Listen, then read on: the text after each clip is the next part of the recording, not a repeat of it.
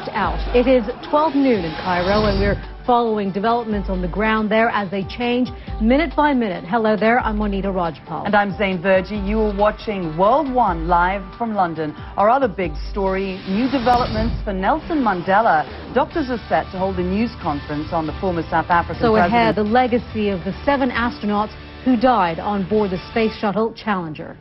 Internet access went down in parts of the country in the hours ahead of expected protests this Friday. Text messaging by phone also appeared to be blocked. In the past few days, organizers have used mobiles and social websites to get word to supporters about planned marches. Like is in Cairo, where the largest opposition group, the Muslim Brotherhood, has called on its followers to protest today. Fred, what are people that you've been speaking to telling you? Well, people that I've been speaking to over the past couple of days, and especially... Fred, thank you for that. Fred Plutton there for us in Cairo. Just adding on to what Fred was saying, the internet disruption is also affecting our own correspondents there in Egypt. Ben Wiedemann has been trying to post messages on Twitter from Cairo just over an hour ago. He sent this: cell phones, Blackberries, and internet are down. This message is relayed by landline through CNN headquarters. You can follow him at Ben CNN. The massive demonstrations this week are the most serious challenge ever to President Hosni Mubarak. He's been in power for nearly 30 years, ruling the world's most populous Arab country. Of course, we will continue to keep a close eye on developments in Egypt throughout the day here on CNN. We'll have all the significant news for you as we get it. We're taking you to Johannesburg in South Africa. It was a tragic event that shocked the world, and millions saw it happen live on their televisions. It was 25 years ago, on January the 28th, 1986, off just after 11:30 a.m. on January 28th, and every single moment, Monita, was captured on camera for the whole world to see. Let's show you how events unfolded right here at CNN.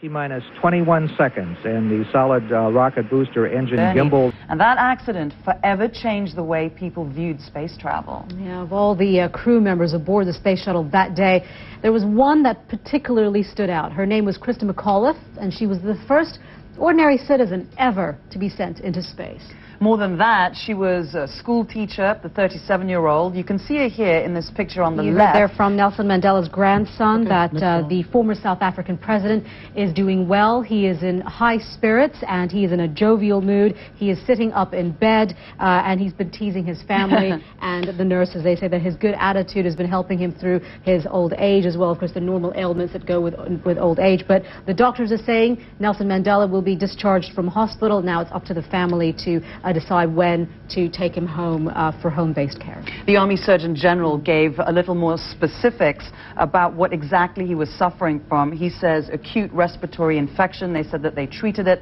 and he did respond to it really well, and that he is stable and being monitored, and that he wasn't as mobile as before. Let's go to Robin Kerner. She's been following the story from our Johannesburg bureau. Well, Robin, it's good news. A lot of people in South Africa and around the world would have been relieved, right, to hear what we just did.